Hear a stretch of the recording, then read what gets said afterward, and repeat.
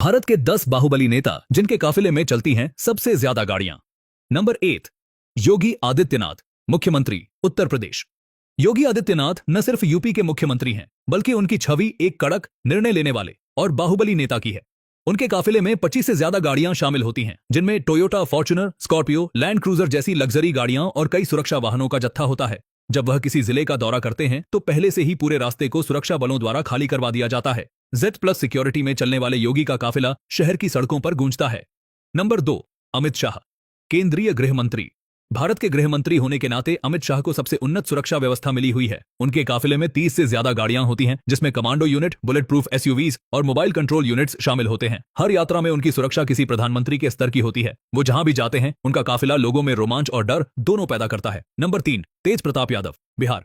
लालू यादव के बड़े बेटे तेज प्रताप यादव की छवि एक देसी और फिल्मी बाहुबली जैसी है। अक्सर पारंपरिक पोशाक और अलग अंदाज में दिखने वाले तेज प्रताप जब अपने काफिले के साथ निकलते हैं तो वह किसी राजा की तरह नजर आते हैं। उनके काफिले में 15 से ज्यादा SUVs और समर्थकों की गाड़ियां होती हैं। वे कभी घोड़े पर तो कभी बाइक पर काफिला लीड करते हुए देखे जाते हैं। Number 4, Ajit Pawar, deputy CM, Maharashtra. Maharashtra की राजनीति में अजीत दादा का नाम सत्ता और रणनीति दोनों का पर्याय है। उनका काफिला 20 से 25 गाड़ियों का होता है, जिसमें उनके समर्थकों की गाड़ियां भी शामिल होती हैं। खास मौकों पर यह संख्या और भी ज्यादा हो जाती है। उनका काफिला न सिर्फ लंबा होता है बल्कि कई बार ट्रैफिक को रोकना भी पड़ता है। नंबर 5, चंद्रशेखर राव, तेलंगाना।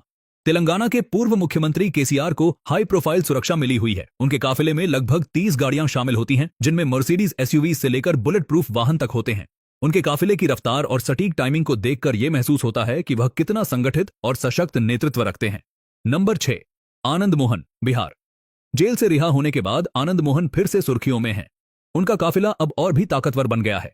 25 गाड़ियों का ये काफिला उनके समर्थकों और कार्यकर्ताओं से भरा रहता है, जो उनकी रिहाई को किसी विजय के रूप में मनाते हैं। उनके निकलते ही सड़कें तालियों और नारेबाजी से गूंज जाती हैं। नंबर 7, नवजोत सिंह सिद्धू, पंजाब। क्रिकेटर से नेता बने सिद्धू का काफिला पंजाब में खासा चर्चा में रहता है। राजनीतिक रैलियों और आंदोलनों के समय उनका काफिला 15-20 गाड़ियों का होता है, जिसमें कई लग्जरी SUV और समर्थकों के वाहन शामिल होते हैं। उनका अंदाज भी पूरी तरह से जोरदार होता है। नंबर 8, असदुद्दीन ओवैसी, AIMIM प्रमुख।